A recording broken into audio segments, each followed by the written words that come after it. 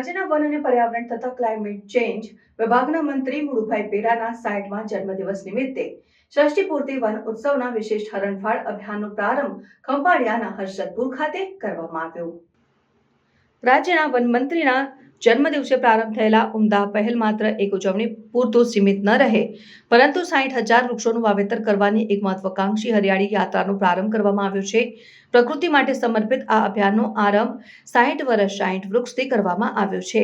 આ ઉમદા અભિયાન હેઠળ સર્વે નાગરિકોને જોતરીને 60,000 વૃક્ષોનું વાવેતર કરવામાં આવશે। આ અભિયાન પર્યાવરણ અને પ્રકૃતિના સંવર્ધન માટે સામાન્ય નાગરિકો, સામાજિક સંસ્થાઓ અને યુવાનોની ભાગીદારી પર કેન્દ્રિત એક જન આંદોલન બની રહેશે।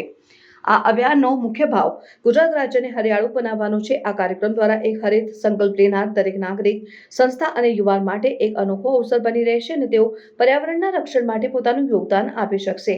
આ તકે CCF મનીશ્વર રાજા, CF સેન્થિલ કુમાર, R ધનપાલ, નાયબ વન સંરક્ષક અરુણ કુમાર, પ્રાંત અધિકારી KK કરમટા, અગ્રણી એવાભાઈ કરમૂર, રસિકભાઈ નકુમ, સગાભાઈ રાવલિયા સહિત વન વિભાગ અધિકારીઓ, કર્મચારીઓ તેમજ બહોળી સંખ્યામાં નાગરિકો ઉપસ્થિત રહીને આ ઉમદા અભિયાનમાં જોડાવાનો સંકલ્પ લીધો હતો।